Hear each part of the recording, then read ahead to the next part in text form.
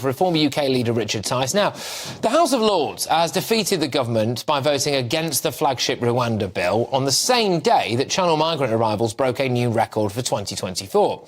Despite elected MPs passing the Safety of Rwanda bill in the Commons back in December, unelected peers today blocked the legislation which seeks to declare Rwanda a safe country for migrant deportations. This comes as small boat arrivals broke records earlier, 385 illegal migrants sailing into Dover being the highest daily figure of the year so far. More than 700 have crossed the English Channel since Sunday. That's 700 since Sunday, taking the total number of illegal migrants entering Britain via small boat to nearly 3,000 already this year, and many are predicting it to be another record year. Richard, with small boat arrivals once again battering our southern border, is it wrong that the House of Lords have blocked the government's Rwanda bill? Well, look, it's no surprise that they've blocked this bill. We all knew that would happen. It actually suits the Prime Minister, so he can now blame the Lords for stopping the Rwanda bill. We all know that it was never going to make any difference whatsoever, and the proof is in the pudding. These arrivals this week, last week, all this year, which are now some 35 to 40% higher than 2 years ago, right, clearly shows it's not a deterrent. And when Mark White did that report pre-Christmas, and they were sort of laughing at this Rwanda thing, thinking the whole thing's a farce and a joke, this just proves it. It's not a deterrent. It's ridiculous. So would you scrap Rwanda then? I knew it would never be a deterrent. Our plan is the only plan that will work. You leave the ECHR and you pick the boats up, people out of the boats, and you safely take them back to Dunkirk and Calais, which we're legally entitled to do under 2 international maritime treaties. And nobody, I've banged on about this for a year, nobody has proven me wrong, because I'm right, but none of these gutless, feeble people in the House of Commons, whether it's Starmer, Sunak, Cleverly, any of them, have got the guts to do it. That's the only way this will stop, because what we're seeing now is that actually the numbers are going up and up and up. OK, but you would actually, in a way, have the same policy as Labour, which is to scrap Rwanda even if it was working. Then. Because it's not working. We know it's not working. The proof's in the pudding. Literally, you've just talked about 380-odd coming over today. Almost 10, I think, 10 have sadly lost their lives this year. My policy, the reform policy, our policy, is the kind and compassionate one. That'll stop the deaths. If you wanted to turn the boats back, would you not have to get that through Parliament and then through the law? It's already allowed under international treaty law.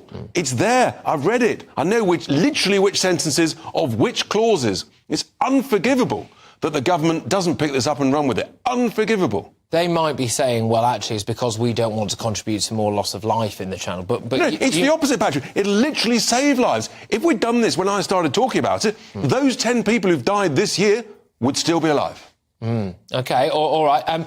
We're also going to be talking about new data revealing that not a single burglary was solved by police in 48% of neighbourhoods in England and Wales over the last 3 years. That's despite a 2022 pledge by all 43 police chiefs to attend every single break-in.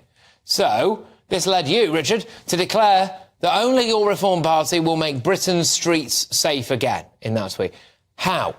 So we issued our draft contract in Doncaster last week, and as part of that, we say we need an extra 40,000 police officers, which would bring us up sort of per head of population to a similar number to what they've got in France. We've got to get on with that recruitment process, and we've got to get bobbies back on the beat urgently, away from being behind the desk. The other thing you've got to do in parallel is you've got to build at least 10,000 detention places. You literally got to pick people up and take them off the streets. How much is all of this costing? We've allocated, the policing, we've allocated an extra, I think, 3 billion, and for the criminal and justice side of it, an extra 2 billion, and we identify in our contract, which is on our website, how you pay for all this stuff. So we set out all the savings, and then we're going to spend it. Could you outline that a bit? Because I think you also want to cut tax, don't you? Yeah, absolutely. So, well, the first thing is if you scrap net zero, you save £30 billion per annum. Serious cash. 30 billion. If you stop the Bank of England, if it stops paying interest, voluntary interest, on all the QE money that was printed, the reserves, that's another 35 billion.